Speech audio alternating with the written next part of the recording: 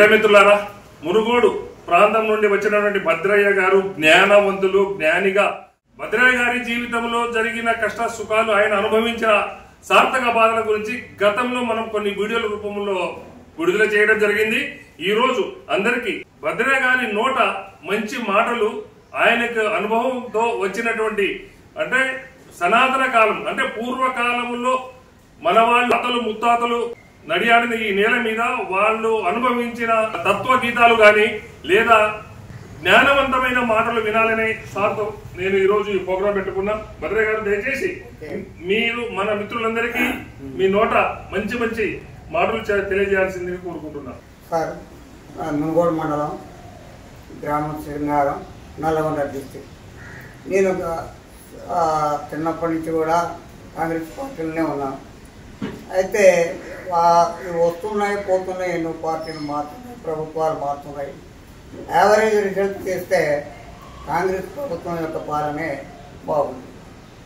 అయితే ఇప్పుడు కొత్త ప్రభుత్వం వచ్చిన తర్వాత ప్రతి కుటుంబంలో, పేదవారి కుటుంబంలో దీపం వెలగాలి, అట్టి దీపానికి పన్ను ఉండొద్దు అనేటువంటి భావనతోటి ఇది ఇప్పుడే కాదు, పూర్వకాలంలో 1970లో కూడా జరిగింది. అప్పుడు కూడా ప్రతి పేదవానికి ఆల్ టుగెదర్ తక్కువ బిల్లుతో ఉండేది.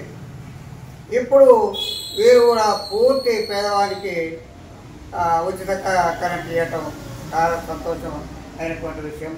కూలినా చేసుకొని బ్రతికేవాళ్ళు, అటువంటి వాళ్ళు దీపం జ్యోతి పరబ్రహ్మం దీపేనా దీపాపం దీపము కలిగిన ఇంట్ల తాపున శ్రీ లక్ష్మీదేవి ధనములు ఇచ్చి కాపాడు. చెప్తున్నా సార్, ప్రతి ఒక్క కుటుంబంలో చీకటి అనేది దాన్ని దూరం చేసి వెలుగును ప్రసాదించటము, అటువంటి యొక్క గృహంలో లక్ష్మీదేవి ఎల్లవేళ వాళ్ళ సుఖ సంతోషాలను ఇస్తుందనేటువంటి భావన ఈ పద్యంలో ఏమి ఉన్నది సార్.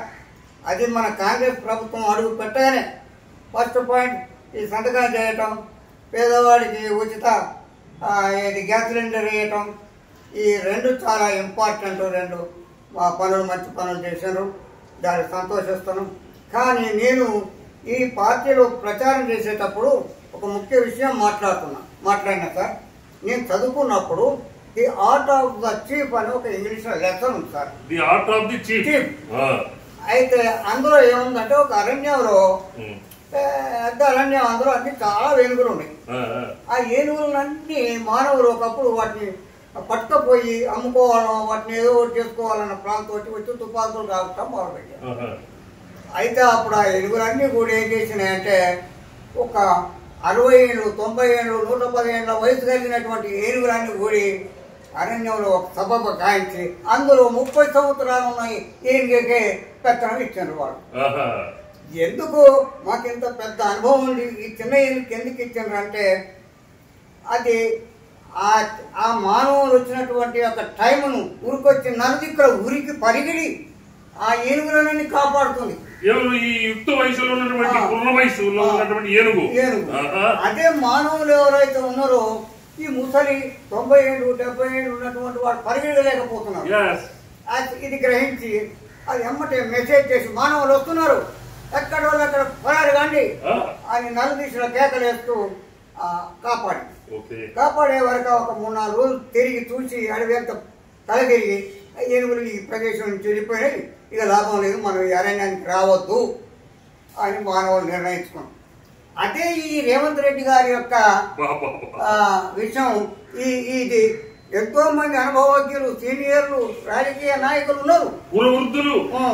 ఇటువంటి రాజకీయ నాయకులు ఉండి కూడా ఈ చిన్న వయసు ఉన్నటువంటి యొక్క మన రేవంత్ రెడ్డి గారికి ఈ పదవి ఇచ్చినందుకు ఈ పెద్దలందరికీ అనేక వందనాలు చేస్తూ వాళ్ళు పాదాభివందనాలు చేస్తున్నారు సార్.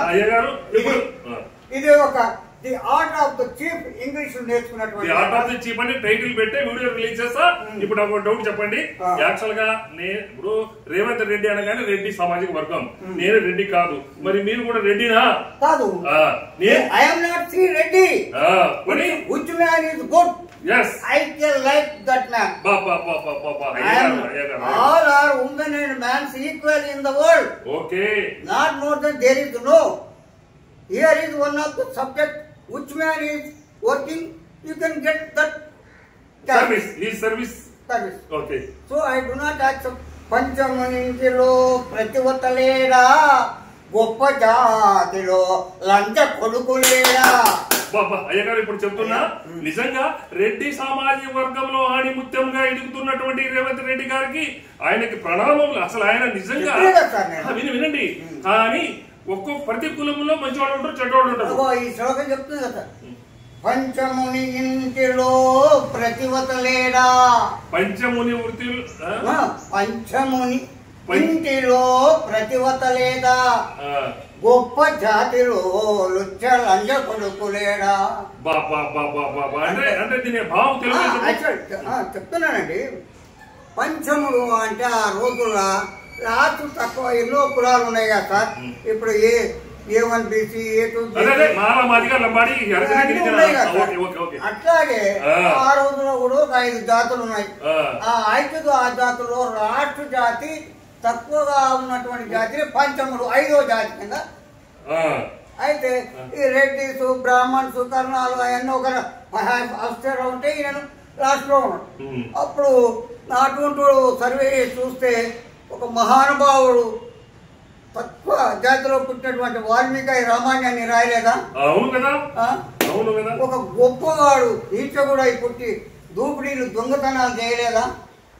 అయ్యా అక్కడ వినాలి, మా డిపార్ట్మెంట్ లోనే చూడటానికి అందంగా నాలాగనే నాంత హైట్ కనబడతా రఘుమారెడ్డి అనే వ్యక్తి వందల వేల కోట్ల కుంభకోణాల పరంపరని అది ఆధారాలు ఉన్నాయి. అయినప్పటికీ దొరకనంత మాత్రం దొంగ తప్పించుకోలేడు కదా. అంటే రెడ్డి సామాజిక వర్గంలో కూడా నీచమైన బతుకి అక్రమంగా దుర్పదతో అంటే రక్తము మరిగిన పిచ్చి కుక్కలాగా స్వైర విహారం చేస్తూ వేల కోట్ల కుంభకోణాల పరంపర చేసిన రఘుమారెడ్డి నీచమైన బతుకు కాదా? కాబట్టి ప్రతి కులంలో మంచి వాళ్ళు ఉంటారు, చెడ్డవాళ్ళు ఉంటారు. కానీ ఇప్పుడు గౌరవనీయులైన రేవంత్ రెడ్డి చేస్తున్న పని, యాక్చువల్ గా నేను ప్రభుత్వ ఉద్యోగిగా పార్టీని నాకు సంబంధం లేదండి, ఇది పార్టీకి సంబంధం కాదు.